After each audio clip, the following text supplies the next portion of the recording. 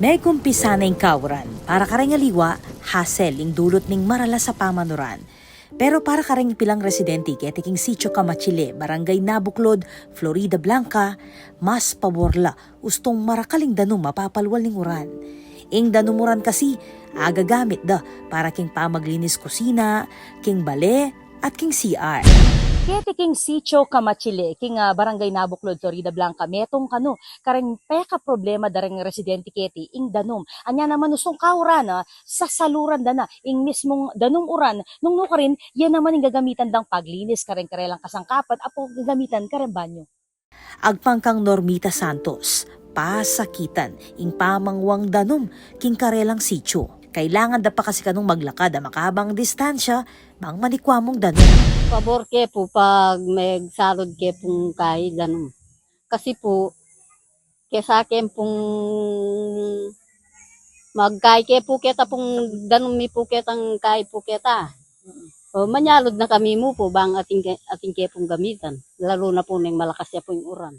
Inya naman, maragula kapasnawan para kareng katutubo king lugal, ing proyekto dareng Rotary Club of Saisong Tan at Rotary Club of Dolores. Inya nga bak ning Sabado, May 31, pesi na yan ang groundbreaking para king Deep Well Project, makapamye malinis sa danum, king elementarya keti at king mabiluga komunidad. Kaya pong talaga kami po sasaklo. Kaya tapong nga mananda pong balon. Lalakaran niya po. Mamuntok ka pong puntukang pintimba o kaya kung kaya pong galon. Taka po sana po. Libriya po. Libriya po ito. Wala po malawot po yung galon. Ngeni po, may sayala po rin taong baryo rin. Miragdagya po yung galon ni Ken. Ken po kaya kami baryo. Ing proyekto, may nikwayang pondo a global grant amamalagang migit 5 million pesos.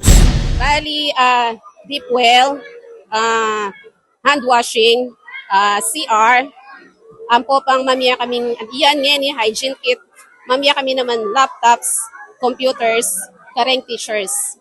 Po pang ding anak, atin niya pang kasunod ining hygiene kit ay ni. Ikitanda kanurang Rotarian sing maragula pa mangailanganing danum king lugalay. Water system para marami na kasing mga unsafe water, di ba? Hindi na naiinom ng ating mga kabataan, especially sa schools, no? Kailangan pang magbaho ng mga water yung mga bata. So ang ginagawa natin para sa safe drinking ng mga bata, naglalagay tayo nitong mga water system. And at the same time, meron pa tayong hand washing facilities para sa hygiene and sanitation ng mga bata. Reng Korean National sa opisyalis ng Rotary Club of Saisong Tan, maswelo as sumaup king programa para kareng kabalen ang mga ilangan. So, since the Dolores Club is our sister club, so we are trying to find some project to help the Dolores Club, and then finally we found some project we can help the people for clean waters. Makasadyala pa kanong mantabe reti kareng tutuki pang proyekto. And it is our duty to share these advantages with those who have received less. This is the spirit of humanism. Rotary exists to build a world where we live together in harmony. And putting this into practice is our mission.